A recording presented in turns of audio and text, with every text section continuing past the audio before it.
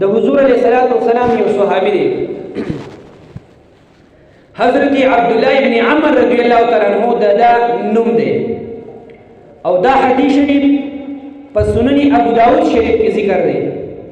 دغه شانتي سنن دارمی شریف کې هم په اولنی نمبر جلد کې دا حدیث شریف ذکر دی او سنن ابو داود دویم جلد کې دا حدیث شریف ذکر دی دے فرمائی كنت اكتب كل ما اسمعه من رسول الله صلى الله عليه وسلم چې د رسول الله عليه السلام نو بمی څه خبره اوریدله کاپی بر سره او قلم بر سره او به لیکله فنهتني قريش د قریش صحابه کرام راغله او ما ته فرمایل چې د پیغمبر علیه السلام اره خبره ملیکه او ما ته وی انه بشر يتكلم بالغضب والرضاء دا خو بشر دی دی خو په بعضې ټیم کې د خوشحالۍ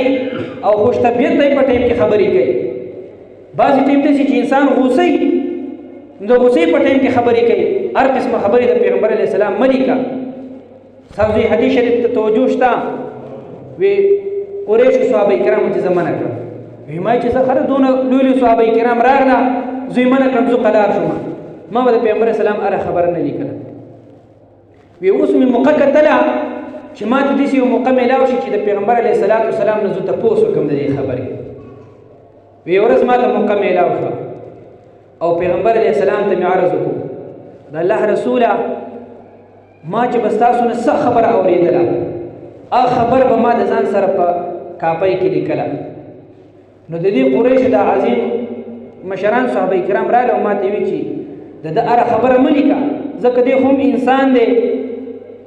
د غصې په ټیم کې هم خبرې کوي او د خوشحالۍ په ټیم کې هم خبرې کوي نو په عام معمول کې خو خلک صحیح خبرې کوي عام انسانان چې کم دي خو عام انسانان چې کله ډېر خوشحاله شي نو هم ته اکثر ګډې وډې خبرې وځي او یا ډېر غصه شي نو عقل بیا مکمل کار فعلي اوس قربان د حضور علیه السلام د عقل نو د علم نه هغه ورته څه فرمایي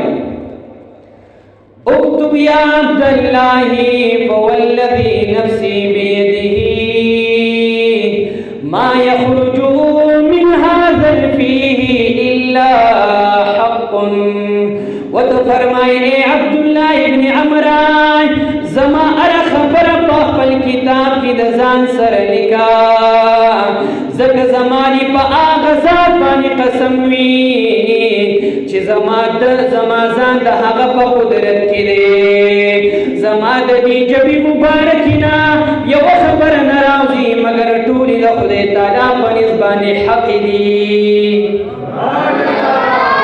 که خبره زه په غوسه کې کومه هم په غوسه کې زما عقل کار نه پرېږدي زما علم مضبوط وي که زه په ډېر خوشحالۍ ټایم کې هم خبرې کوم زما خبرې بیا هم مضبوطې دي او لیکه ټولې خبرې لیکه هغه فرمایي زه ډېر زیات خوشحاله شوم او د هغې نه بعد مې د هغه هره خبره د پیغمبر علیه السلام د ځان سره لیکله